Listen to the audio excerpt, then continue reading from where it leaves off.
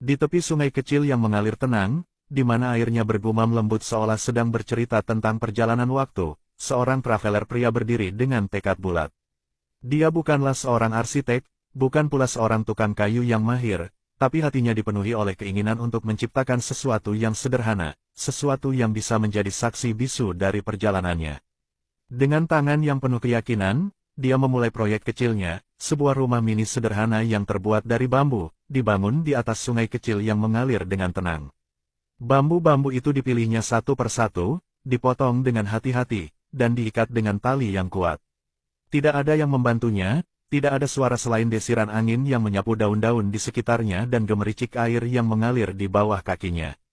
Dia bekerja dengan sabar, seolah waktu tidak lagi menjadi musuh, melainkan teman yang setia menemani setiap langkahnya. Setiap potongan bambu yang dia susun, setiap ikatan yang dia buat, adalah bagian dari cerita hidupnya, sebuah cerita tentang perjalanan, tentang kebebasan, dan tentang keinginan untuk menciptakan sesuatu yang berarti. Rumah mini itu tidaklah besar, tidak megah, tapi penuh dengan jiwa.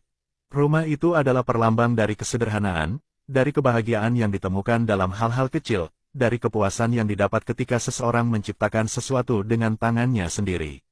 Setiap hari, dia menambahkan sedikit demi sedikit ke rumah mininya. Kadang-kadang, dia duduk di tepi sungai, memandang air yang mengalir, sambil memikirkan desain baru yang bisa dia tambahkan. Kadang-kadang, dia berbaring di tikarnya, mendengarkan suara alam yang mengelilinginya, merasa damai dan tenang. Rumah itu bukan hanya sebuah tempat tinggal, tapi juga sebuah refleksi dari jiwanya, sebuah tempat di mana dia bisa merenung, bermimpi, dan merasakan kebebasan yang selalu dia cari. Tidak ada yang membantunya dalam proses ini, tapi dia tidak merasa kesepian. Alam adalah temannya, sungai adalah sahabatnya, dan bambu-bambu itu adalah bagian dari dirinya.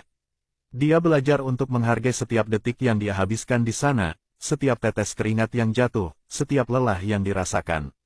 Karena dia tahu, rumah mini ini bukan hanya tentang bambu dan tali, tapi tentang perjalanan hidupnya, tentang mimpi-mimpinya, dan tentang keinginannya untuk menciptakan sesuatu yang abadi, meski hanya dalam bentuk yang sederhana.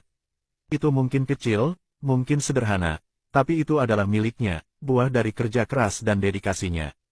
Dia tersenyum, merasa puas, dan tahu bahwa ini adalah salah satu momen terindah dalam hidupnya.